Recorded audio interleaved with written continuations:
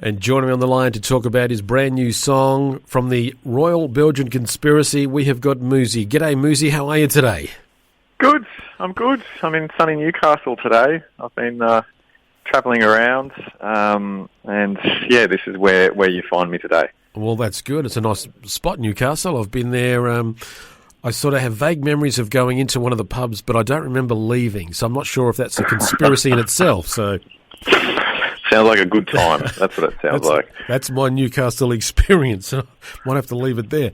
Now, before I've got a couple of questions I need to ask about the name and everything. Before we get to that, I just want to know how was all the COVID dramas of 2020 for you? Did you cope okay as a muso? I know some were struggling and some were finding it very challenging, but how about for you personally, was it? Oh, look, I didn't find it as bad as I think other people did. I think it just sharpened my focus on doing what I could do, which was recording and writing songs. So I guess, you was kind of robbing Peter to pay Paul in that you couldn't do gigs, but it certainly meant I did a lot more recording and a lot more writing. So, in some ways it made me a lot more productive on those fronts. Yep. So that was a good thing. Well, that's good to hear. I've spoken to other artists who've said basically the same sort of thing. So it's good that able to be that productive and get some new music for all of us to enjoy. Now, we need to get to the name, the Royal Belgian Conspiracy.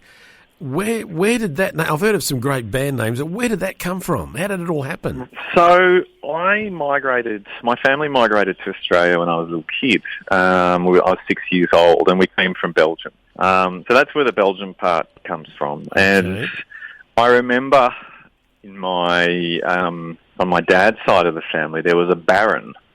So we had a tiny bit of royal blood. And the conspiracy part was really, I just added that because I thought it sounded good. It just gave it a bit of punch. Yeah, and I remember I was just workshopping names one day, band names, and I came across that, and as soon as I came across it, I thought, that's a winner. I like it. Let's go with that. Yeah, well, it got me intrigued as well, and the first thing I wanted to do was hear what you were doing, because it just really got me right in there. So, that ticks all those boxes. The Royal Belgian Conspiracy. It all makes a lot of sense. But what about Moozi? Where does that come from? Is that a nickname, or what's the story there? Yeah, so Moozi's my stage name and nickname, and it comes from my dad, who was a one-hit wonder. So my dad was a one-hit wonder in Belgium, singing a song that was half in French and half in English, and his stage name was also Moozi. So I guess I carried it on and adopted it from Dad, and it became my stage name when I started performing. So like father, like son. Wow, that's a great story. Carrying on the family tradition. Love it. That's great. Yeah, yep.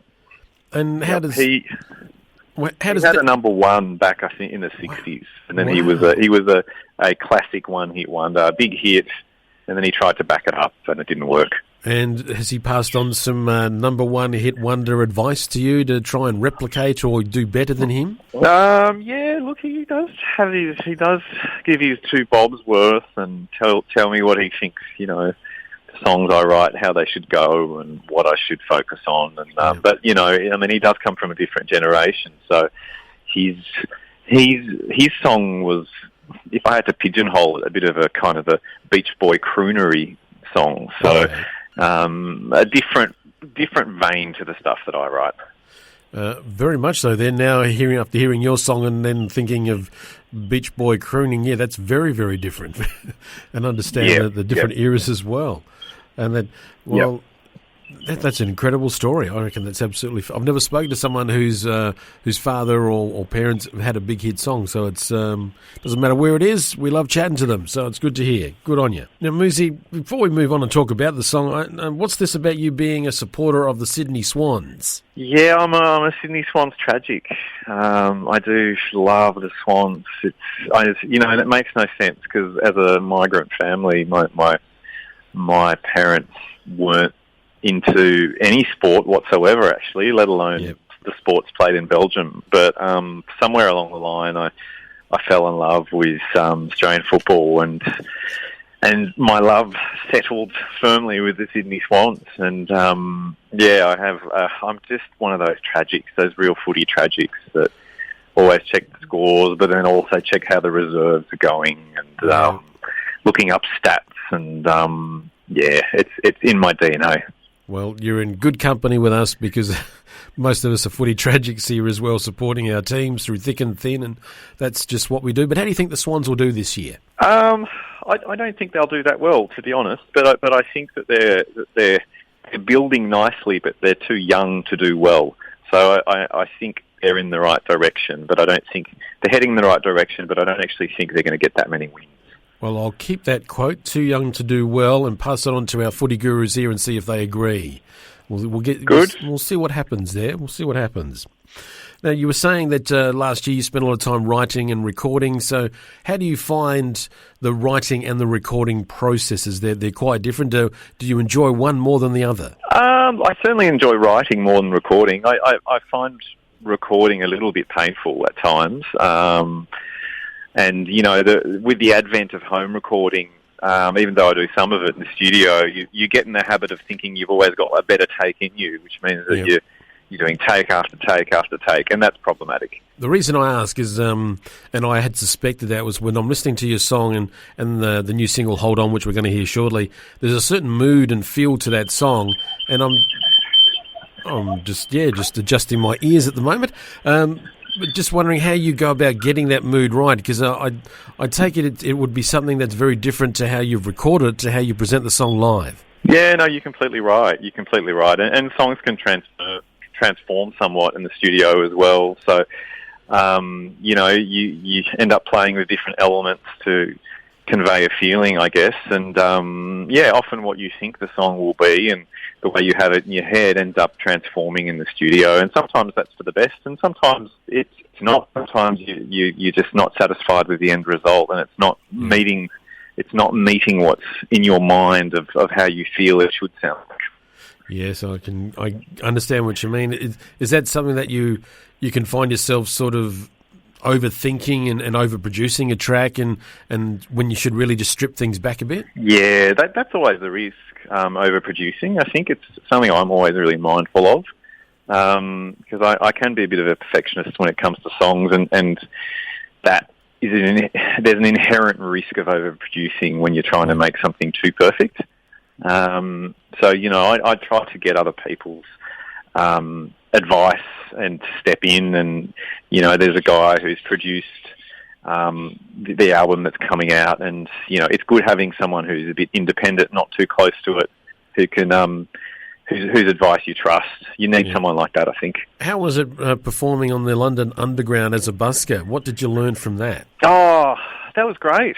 Yeah, look, I was an 18-year-old with my guitar playing Tottenham Court Road Tube Station, and it's just a great way to kind of cut your teeth playing live and getting to know how to perform to an audience, and also losing the fear of playing live, because you can't escape, and you're there for a long time, and you're eyeballing people really close up, and you just lose the fear. Because they're right there, and you've got no choice but to engage them. Yeah, that's right. And you kind of learn that there's got to be a certain theatrical element to your performance to keep people engaged. Was seeing the people that, as you're playing, they're going past you, did they become an inspiration for some of the songs that you would end up writing? Yeah, I think, I guess songwriters do draw from their experiences in different ways. I'm certainly someone who writes from a lot of personal experience. So a lot of things that have happened in my life, or that I've witnessed, or the lives of people around me, end up working their way into their songs. Sometimes it's really obvious, and other times the lyric is more purposefully a little bit more vague, I guess. And it could be left to different interpretations, but they definitely work their way into the songs.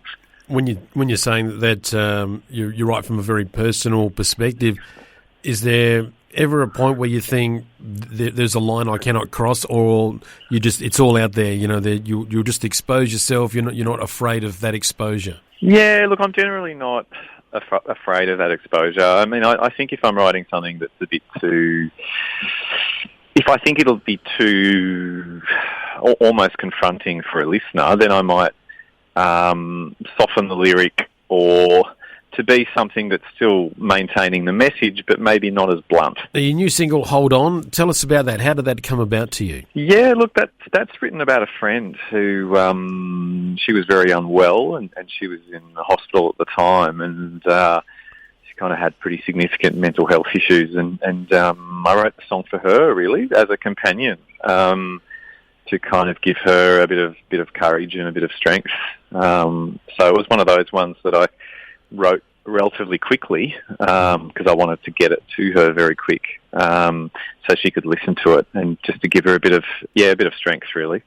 And was she happy with the end result when she heard it? Yeah, she was. She was very touched. Okay. I know that people in that situation, it's important for them to feel loved and that there's someone there. So, I mean, that's definitely what I was trying to achieve, I guess. Well, it's a beautiful song. We're about to hear it shortly, but I'm just sort of wondering, has your pop star number one hit, Dad, ever seen you perform live, or have you done songs together? Has that ever happened? He has seen us live. In a previous band I was in, I remember he came to the CD launch, and unbeknownst to him, we actually rehearsed his number one, and we sung it at the CD launch, and it was lovely seeing his face light up as we started singing the song. He would have been the only one in the audience who knew what that song was, because it's not known in Australia. But that was a lovely moment. Yep. Oh, excellent. Now, we've got an album in the works for this year, and what other things are going to be happening for you in 2021? Yeah, there's definitely an album to release. It's pretty much done. I've got at least a couple more singles to release in the interim, and then the album. And I'm already starting to record for the album after this one. So I guess I'm looking ahead. Probably again another one of the benefits of COVID has given me that time to hit the studio. Has COVID inspired any of the new songs or any of the current songs? No. Look, I think that Hold On, actually, people have commented that there's a bit of synergy with COVID. But and being in lockdown and weathering the COVID storm. But there's no songs that I've written which are directly about COVID. Okay. Well, the new single, it is called Hold On, from Moozi and the Royal Belgian Conspiracy. It has been an absolute pleasure chatting to you today. You've said there's more singles coming, so I dare say we're going to be having further conversations throughout the year, and I'm looking forward to hearing your album when that gets released as well. Have fun in Newcastle. Be careful. I can't even remember the pub to warn you of. But I'm sure you'll find it. It's just one of those that I just remember going in, don't remember coming out. But it had green walls. Gotcha. I remember that. That's all I can remember. But anyway, we've got your new single here ready to go. Thank you so much for spending time with us today, Moozi on Flow. And if you could please introduce it for us. This is Hold On by the Royal Belgian Conspiracy.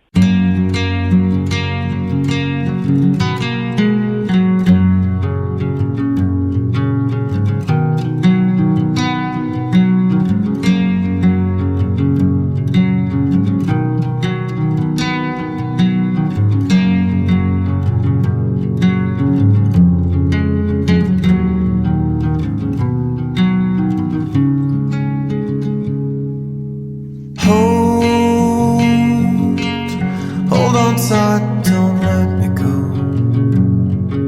It's not your time to leave. I need you here with me. The day will come when voices will be gone.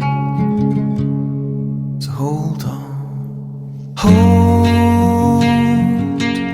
Hold on tight, don't let me go. Winds all change with time. Grapes all turn to wine. Mountains turn to dust. Sun turns to rust. ghosts and whispers are at your door. Darling, I'm ready to catch your phone. Let me catch your phone. And who walk with me if you're gone? Sit with me in the park. Feel the cold when it's dark. The light ahead, just around the bend. And ghosts and whispers at your door. Darling, I'm ready to catch your phone. Let me catch your phone.